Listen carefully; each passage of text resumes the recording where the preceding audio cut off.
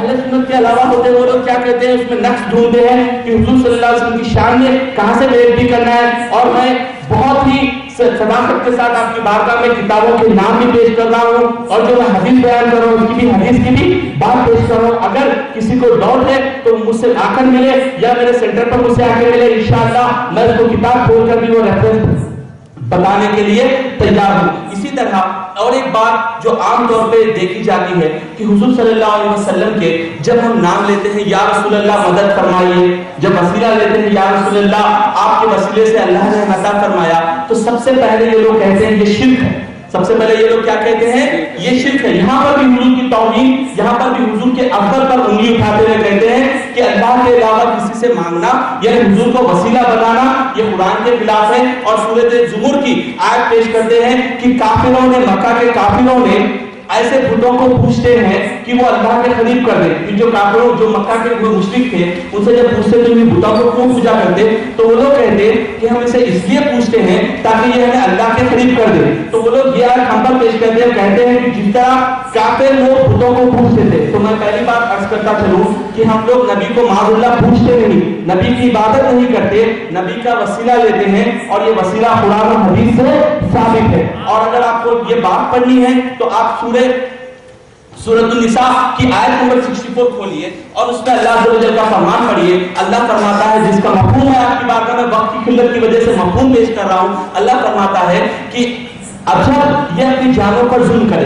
یہ منافقین کے متعلق نازل ہوئی آیت ہے کہ فرمایا اللہ عز و جل نے جب وہ اپنی جانوں پر ظلم کرے، اے محبوب وہ آپ کی بارگاہ میں حاضر ہو اور اللہ عز و جل سے معافی چاہے، اور اے محبوب اگر آپ انہیں معاف کر دو، اگر آپ انہیں معاف کر دو تو وہ اللہ کو بخشنے والا مہربان پائیں گے. تو یہاں پر اس آیت کے تحت تفسیر ابن کثیر نے ایک واقعہ نقل فرمایا حضرت عبدی کے حوالے سے کہ ایک مرتبہ ایک بزرگ حضرت عبدی رحمۃ اللہ تعالیٰ علیہ حضور صلی اللہ علیہ وسلم کی مزار پاک پر بیٹھے ہوئے تھے، حضور کی مزار پر بیٹھے ہوئے تھے. تو وہاں پر ایک عربی بھاگتے ہوئے دوڑتے ہوئے آیا اور حضور صلی اللہ علیہ وسلم کے پاس جب مزار کے پاس جو مٹی تھی اسے اپنے سر پر ڈالنے لگا اور عرض کرنے لگا کہ یا رسول اللہ صلی اللہ علیہ وسلم میں نے اپنی جان پر ظلم کیا ہے، اور اللہ عز و جل نے قرآن میں فرمایا جب تم سے گناہ ہو تو تم نبی کی بارگاہ میں حاضر ہو جاؤ. یا رسول اللہ میں اپنے گناہ کی معافی اللہ کی بارگاہ میں کرتا ہوں، یا رسول اللہ آپ میری شفاعت فرمائیے. تو جیسا آپ نے کہا اور پلٹے تو حضرت عبدی فرماتے ہیں کہ میں تھوڑا سا مجھے نیند کی غلبہ ہوا اور میں جب سو گیا، جیسا میں نے سویا کہ خواب میں پیارے آقا صلی اللہ علیہ وسلم کا دیدار کیا اور پیارے آقا نے فرمایا کہ اے عبدی جا کر اس شخص کو کہہ دینا کہ اللہ عز و جل نے اس شخص کی بخشش فرما دی ہے. سبحان اللہ. میرے پیارے آقا کے پیارے دیوانوں، میں یہ کوئی ایسی کتاب نہیں، اگر یہاں پر اہل علم موجود ہو جو سن رہے ہیں، اگر وہ کوئی علم دین کی محفل سے اگر وہ ریلیشن رکھتے ہیں تو وہ تفسیر ابن کثیر کھولے، تفسیر ابن کثیر کھول کر سورہ نساء آیت نمبر 64 کھولے اور اس کے نیچے اگر یہ نہ ہو تو آ کر وہ مجھ سے پوچھے. الحمدللہ میں نے خود اپنے آنکھوں سے دیکھ کر اسے پڑھا ہے. آپ کی بارگاہ میں عرض کرتا ہوں کہ یہ بات الحمدللہ برحق ہے کہ حضور صلی اللہ علیہ وسلم کا وسیلہ یہ برحق ہے. اسی طرح ایک حدیث پاک حاکم مستدرک میں ملتی ہے، ایک حدیث پاک حاکم مستدرک میں ملتی ہے کہ حضرت آدم علیہ السلام کو جب دنیا میں بھیجا گیا تو کئی سال تک حضرت آدم علیہ السلام دنیا ہی میں رہے، اور حضرت آدم علیہ السلام جو ہے توبہ کرتے تھے، حضرت آدم علیہ السلام توبہ کرتے تھے اللہ کی بارگاہ میں. حضرت آدم علیہ السلام نے ایک مرتبہ اللہ کی بارگاہ میں اس طرح سے دعا کی کہ اے اللہ عز و جل تیری بارگاہ میں توبہ کرتا ہوں، اے اللہ میں نے جو مجھ سے جو چھوٹی سی لفظی جو ہوئی ہے، یا اللہ تیرے محبوب محمد عربی صلی اللہ علیہ وسلم کے وسیلے سے اے اللہ میرے جو لفظی ہوئی ہے اسے معاف کرنا. تو حضرت آدم علیہ السلام نے جب یہ کہا تو اللہ عز و جل نے ارشاد فرمایا اے آدم تمہیں محمد عربی کے بارے میں کیسا پتا، حالانکہ میں نے محمد عربی کو ابھی دنیا میں ظاہر ہی نہیں کیا. تو آپ نے فرمایا اے اللہ جب تو نے مجھے اپنی قدرت سے کاملہ سے تو نے مجھے پیدا فرمایا تو جب سب سے پہلے میں نے سر کو اٹھایا تو عرش پر میں نے دیکھا لا الہ الا اللہ محمد رسول اللہ. تو جب میں نے دیکھ لیا کہ اے اللہ جب تو نے اپنے ساتھ اس مقرب نام کو تو نے دیا، اس کا مطلب یہ تیرا محبوب ہے، اسی لیے تیرے اس محبوب کے وسیلے سے میں نے دعا کی. اللہ عز و جل نے فرمایا اے میرے نبی تو سن لے, اگر محمد صلی اللہ علیہ وسلم نہ ہوتے تو میں دنیا کی کوئی چیز نہیں بناتا, اگر محمد صلی اللہ علیہ وسلم نہ ہوتے تو میں تجھے اور اس کائنات کو نہیں بناتا. میرے پیارے آقا کے پیارے دیوانوں, یہ حدیث پاک حاکم مستدرک لکھنے کے بعد کہتے ہیں ھذا حدیث صحیح الاسناد, اور اسی حدیث پاک کو البدایہ والنہایہ, یہ بھی سنیں البدایہ والنہایہ میں حضرت ابن کثیر نے اس حدیث کو نقل کرنے کے بعد فرمایا ھذا حدیث صحیح الاسناد, یعنی یہ حدیث سند کے اعتبار سے یہ بالکل صحیح حدیث پاک ہے. تو میرے پیارے آقا کے پیارے دیوانوں, آپ نے سنا کہ پیارے آقا صلی اللہ علیہ وسلم کا وسیلہ حضرت آدم علیہ السلام نے جب حضور دنیا میں تشریف بھی نہ آئے اس وقت حضور صلی اللہ علیہ وسلم کا وسیلہ لیا گیا. اور آج کے چند لوگ جب ہم آقا کا وسیلہ لیتے ہیں تو ہم لوگ مشرک کہتے ہیں, جب آقا کا وسیلہ لیتے ہیں تو بدعتی کہتے ہیں. تو اس حدیث اور قرآن کی آیت سے پتہ چلا کہ جو ہمیں بدعتی کہتا ہے, جو ہمیں مشرک کہتا ہے, وہ خود شخص مشرک اور بدعتی ہے. کیونکہ حضور پاک کی حدیث پاک گواہ ہے کہ بخاری اور مسلم شریف میں یہ متفق علیہ حدیث پاک ہے. حضور صلی اللہ علیہ وسلم نے فرمایا کہ جو شخص اپنے مسلمان بھائی کو کافر یا مشرک کہے, جو مسلمان بھائی کو کافر یا مشرک کہے اور وہ بھائی نہ کافر ہو نہ مشرک ہو, حضور نے فرمایا وہ فتویٰ اسی پر لوٹے گا. یعنی اگر کوئی شخص مجھے کافر کہے, میں الحمدللہ کافر نہیں, میں قرآن و حدیث کی بات کر رہا ہوں, اور وہ شخص مجھے مشرک کہہ رہا ہے تو حضور کے مطابق, حضور کے حدیث کے مطابق کہنے والا خود مشرک ہو جائے گا. تو جو ہمیں دعویٰ دیتے ہیں کہ ہم نبی کا وسیلہ لیتے ہیں, وہ جان لے کہ یہ وسیلہ لینا قرآن اور حدیث سے الحمدللہ ثابت ہے. اسی قرآن اور حدیث کی بنیاد پر ہم الحمدللہ وسیلہ لیتے ہیں, اور حضور صلی اللہ علیہ وسلم ہماری مدد اس سلسلے میں فرماتے ہیں. تو یہاں پر میرے پیارے آقا کے پیارے دیوانوں, میں نے آپ کی بارگاہ میں مختصر سا ذکر کیا. پہلے میں نے آپ کی بارگاہ میں میلاد النبی کا ذکر کیا, پیارے آقا صلی اللہ علیہ وسلم کی عظمت, پیارے آقا صلی اللہ علیہ وسلم کی ذکر کے بارے میں چند حدیث پاک پیش کی. الحمدللہ میرے ذہن میں اللہ کے کرم سے بہت ساری حدیث پاک ہے, لیکن میں بیان کو افتتاح کی طرف لے جاتا ہوں اور آپ کی بارگاہ میں ایک بات, بہت ہی اہم بات پیش کرتا ہوں. تو یہ لوگ کہتے ہیں کہ آپ ادب کرتے ہیں لیکن بہت زیادہ ادب کرتے ہیں. وہ لوگ کہتے ہیں کہ لوگ ادب تو کرتے ہیں لیکن بہت زیادہ ادب کرتے ہیں. تو وہ لوگ یہ کہتے ہیں کہ بھائی تقویۃ الایمان میں اسماعیل ذہبی صاحب نے یہ لکھا کہ آپ نبی کی ادب کرو لیکن اپنے بڑے بھائی جیسا. کیسا ادب کرو؟ اپنے بڑے بھائی جیسا ادب کرو. تو میں آپ کی بارگاہ میں عرض کرتا ہوں کہ حضور صلی اللہ علیہ وسلم کا ادب صحابہ کرام کس طرح سے کرتے ہیں اور ہمیں کس طرح سے کرنا چاہیے. ایک مرتبہ کا واقعہ ہے, بخاری شریف کتاب الصلاح کی حدیث نمبر 3, یہ میں آپ کی بارگاہ میں پیش کر رہا ہوں. ایک مرتبہ ایک جگہ پر جھگڑا ہوا تو صحابہ کرام نے کہا کہ حضور صلی اللہ علیہ وسلم آپ وہاں پر تشریف لے چلیے, وہاں پر ایک جھگڑا ہوا ہے, وہاں پر آپ صلح کرا دیجیے. تو جب حضور صلی اللہ علیہ وسلم اپنے دراز گوش پر یعنی اپنے گدھے مبارک پر بیٹھ کر جب اس کے ساتھ چلنے لگے, جانے کے بعد جب آپ نے گدھا رکا کر آپ اندر چلے گئے تو وہاں پر حضور صلی اللہ علیہ وسلم کا دراز گوش وہ بھی کتنا ادب کرتا. جب حضور صلی اللہ علیہ وسلم آپ پر بیٹھے ہوتے تو کبھی وہ پیشاب نہیں کرتا, جب حضور بیٹھے ہوتے تو کبھی پیشاب نہیں کرتا. جب حضور آگے تشریف لے گئے, تشریف لینے کے جانے کے بعد اس دراز گوشت نے وہاں پر پیشاب کر دیا. تو وہاں پر منافق عبداللہ بن ابی, منافق کا نام ہے عبداللہ بن ابی, جس کی اتنی بڑی سفید داڑھی تھی, امامہ تھا, پگڑی تھی, سب کچھ تھی. اس نے اپنے منہ پر ایسے چادر رکھی اور کہی کہ کتنی ضعیف, کتنی خراب بدبو اس رسول اللہ کے گدھے نے کر دی. اس نے کہا کہ جب پیشاب گرتا ہے تو اس نے کیا کہا, ناک پر اپنے چادر رکھتے ہوئے کہا کہ رسول اللہ کے گدھے نے کتنی گندے بدبو کا پیشاب کیا. تو وہاں پر ایک صحابی خرید میں تشریف فرما کے, میں اپنی بارگاہ میں ایک بات عرض کرتا چلوں. پہلی بات آپ یہ بتائیں کہ پیشاب میں خوشبو ہوتی ہے یا بدبو ہوتی ہے؟ بے شک بدبو ہوتی ہے. تو ایک صحابی, یہ بخاری شریف سنا رہا ہوں, کوئی اور کتاب کی حوالہ نہیں دے رہا ہوں کہ کہے کہ ضعیف ہے, یہ موضوع ہے, نہیں, بخاری شریف کی صحیح حدیث پاک ہے کہ ایک صحابی, آپ نے کہا بتا کیا کہہ رہا تھا تو, جیسا آج سنی کہتے ہیں کہ کوئی گستاخی کرے تو پھر سے بول کیا بول رہا تھا. تو صحابی نے کہا اے عبداللہ بن ابی, اے منافق, بتا تم نے کیا کہا. تو اس نے کہا کہ حضور صلی اللہ علیہ وسلم کے گدھے سے ایسی بدبو آ رہی. تو آپ نے کہا خدا کی قسم, آپ نے کہا خدا کی قسم, میرے رسول کے گدھے کے پیشاب سے تیرے مشک سے بھی زیادہ خوشبو آ رہی ہے. میرے پیارے آقا کے دیوانوں, صحابہ کا ادب یہ ہوتا تھا کہ جب خدا اگر پیشاب کر دے تو وہ پیشاب کو بدبو نہیں کہتے بلکہ کہتے کہ یہ مشک سے بھی زیادہ خوشبودار تھا. اور حدیث پاک کا مفہوم سنتے چلے. بخاری شریف کی حدیث پاک ہے, حضرت عثمان غنی رضی اللہ تعالیٰ عنہ اپنے ہاتھ مبارک بتا کر کہتے ہیں کہ یہ وہ ہاتھ ہے, یہ وہ ہاتھ ہے جب سے میں نے حضور صلی اللہ علیہ وسلم کے ہاتھ پر بیعت کی ہے میں یہ ہاتھ کو کبھی اپنے شرمگاہ پر نہیں لگا. حضرت عثمان غنی فرماتے ہیں میرے آقا کا ادب, میرے آقا کا مرتبہ آپ کی نظر میں ایسا ہے کہ یہ ہاتھ جب سے آپ نے حضور کے ہاتھ کو لگایا آپ نے یہ گوارا نہیں کیا کہ یہ ہاتھ کو اپنے شرمگاہ پر لگائے. اسی طرح طبرانی شریف کی حدیث پاک ہے, ایک صحابی جو حضور صلی اللہ علیہ وسلم جس اونٹی پہ بیٹھتے تھے اس اونٹی پہ بیٹھنے کی جو چیئر ہوتی تھی ہمیشہ وہ باندھ دیتے تھے. تو جب ایک رات ایسی آئی کہ آپ ناپاکی کے حالت میں تھے اور حضور کو صبح کہیں تشریف لے جانا تھا تو آپ نے کہا اپنے ایک ساتھی صحابی سے کہا کہ اے صحابی آپ ذرا جا کر حضور کا کھجاوا جو حضور صلی اللہ علیہ وسلم کی اونٹی کا جو کھجاوا ہے جو چیر ہے آپ باندھ دیجئے.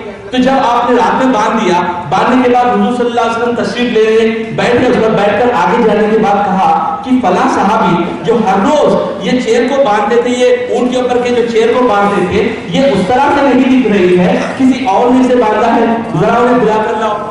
سبحان اللہ. یہاں پر حضور صلی اللہ علیہ وسلم کا یہ علم میں ہمیں پتا چلا کہ حضور یہ بھی جان رہے ہیں کہ کس نے باندھا اور کس نے نہیں باندھا. تو حضور نے کہا کہ اسے بلا کر لاؤ. تو وہ صحابی دوڑتے ہوئے آئے, یا رسول اللہ آپ نے مجھے یاد فرمایا.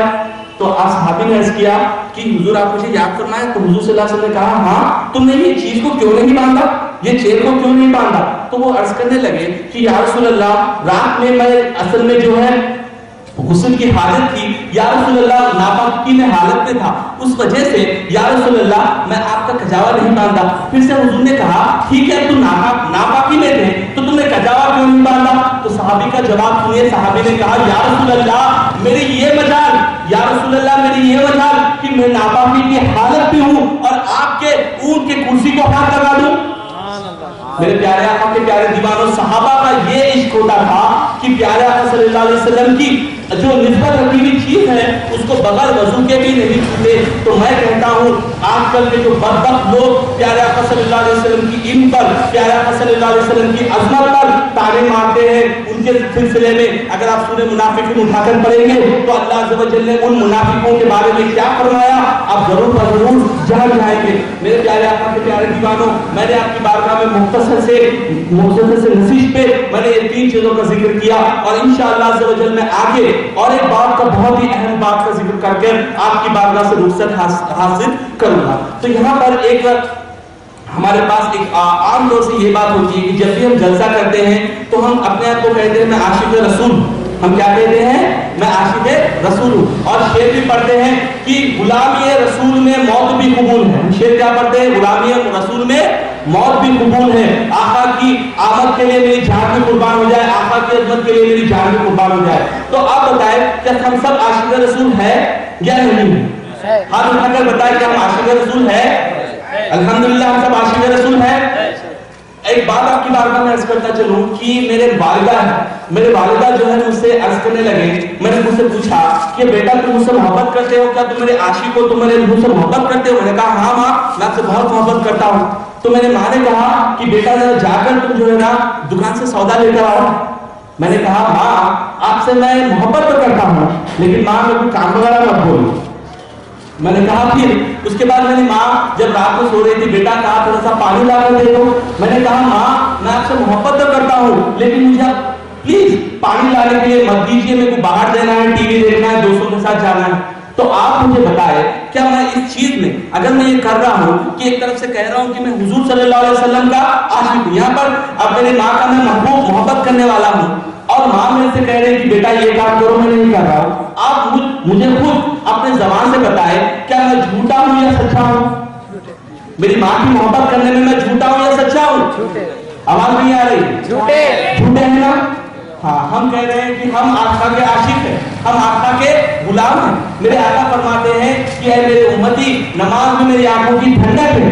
میرے امتی نماز میں کیا ہے, میری آنکھوں کی ٹھنڈک ہے. کیا ہم 5 وقت کی نماز ادا کرتے ہیں؟ بھائی یاد رکھیں حضور صلی اللہ علیہ وسلم کی شفاعت حق ہے. حضور صلی اللہ علیہ وسلم ہماری شفاعت فرمائیں گے, لیکن آقا نے یہ بھی فرمایا کہ جو میری سنتوں سے منہ موڑے, جو سنتوں سے دور بھاگے, وہ جس کے طریقے سے چلے گا وہ انہی میں سے اٹھایا جائے گا. حضور نے فرمایا جو جس طریقے پہ چلے گا وہ انہی میں سے اٹھایا جائے گا. اور ایک حدیث پاک میں آقا نے فرمایا کہ جو میری سنت پر تعریف ہوگا میری شفاعت اس کے لیے حرام ہو جائے گی. اور اسی طرح کئی حدیث پاک میں پیارے آقا صلی اللہ علیہ وسلم نے اپنی امت کو یہ ترغیب دلائی. اور ایک حدیث پاک کا مفہوم سنتے چلے. پیارے آقا صلی اللہ علیہ وسلم فرماتے ہیں کہ جب بندہ قیامت کے دن پیش کیا جائے گا اللہ کی بارگاہ میں, سب سے پہلا سوال اللہ عز و جل اس سے یہ کرے گا کہ اے میرے بندے نماز کے متعلق تیرا کیا حال تھا. سب سے پہلا سوال کیا ہوگا قیامت کے دن؟ اے میرے بندے نماز کے متعلق کیا حال تھا. حضور فرماتے ہیں اگر بندہ نمازیں پوری پڑھے گا, نمازوں کا جواب دے گا تو وہ خیر جنت میں جائے گا. اگر وہ نمازوں کے متعلق اگر اسے کوتاہی کی تو وہ ہلاک ہو جائے گا.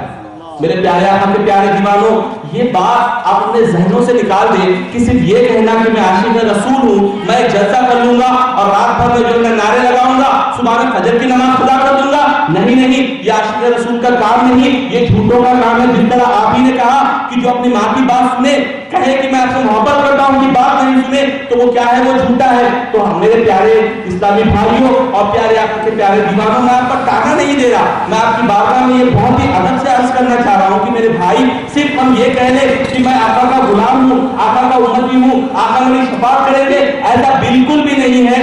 آقا بے شک ہماری شفاعت کریں گے, لیکن ہمارا کام ہے حضور صلی اللہ علیہ وسلم پر درود پڑھے, ہمارا کام ہے 5 وقت کی نماز پڑھے. آئیے اللہ عز و جل قرآن میں ارشاد فرماتا ہے سورہ تحریم آیت نمبر 6 میں, اے ایمان والو, اللہ فرماتا ہے اے ایمان والو اپنے آپ کو اور اپنے اہل و عیال کو اس جہنم کے آگ سے بچاؤ جس کا ایندھن آدمی اور پتھر ہے.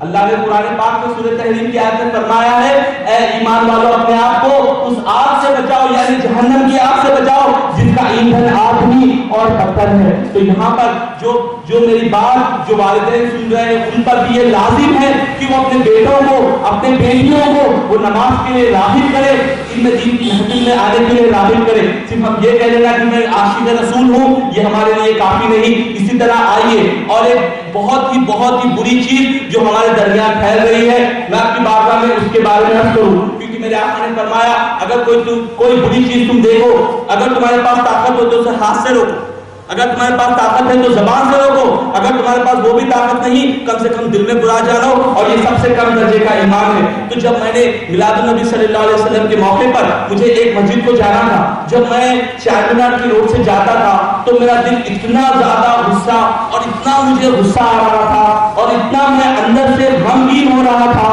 کہ جب میں نے دیکھا کہ پیارے آقا صلی اللہ علیہ وسلم کی میلاد میں معاذ اللہ ثم معاذ اللہ چند آوارہ لوگوں نے, چند آوارہ شخص بچوں نے اپنے یہاں پر ڈی جے لگایا اور معاذ اللہ اس میں گانے بانے کی نعتیں وہ لوگ پڑھ رہے تھے. تو میرا دل اتنا زیادہ غمگین ہوا کیونکہ حضور صلی اللہ علیہ وسلم ایک مرتبہ ایک جگہ سے تشریف فرما رہے تھے, تو وہاں پر ایک انگی بانسری بجانے والا بانسری بجا رہا تھا. تو میرے آقا نے اپنے انگلیوں کو, اپنے مبارک انگلیوں کو کانوں میں داخل کر دیا اور آگے چلتے گئے. جب آگے جانے کے بعد اپنے صحابی سے پوچھا اے ناپے کیا آواز آ رہی ہے, اے ناپے کیا آواز آ رہی ہے؟ تو کہا یا رسول اللہ ابھی نہیں آ رہی. تو میرے آقا نے اپنی انگلیوں کو نکالا اور کہا کہ اللہ عز و جل نے مجھے دنیا میں یہ گانے بازوں کو, اللہ نے مجھے دنیا میں یہ بانسری کو توڑنے کے لیے اور اللہ کے دین کو عام کرنے کے لیے بھیجا. اور حضور پاک کی حدیث پاک گواہ ہے, حضور پاک فرماتے ہیں جو بندہ اپنی کانوں میں دنیا کی جو گندی باتیں اپنی کانوں میں گانے بازے لے گا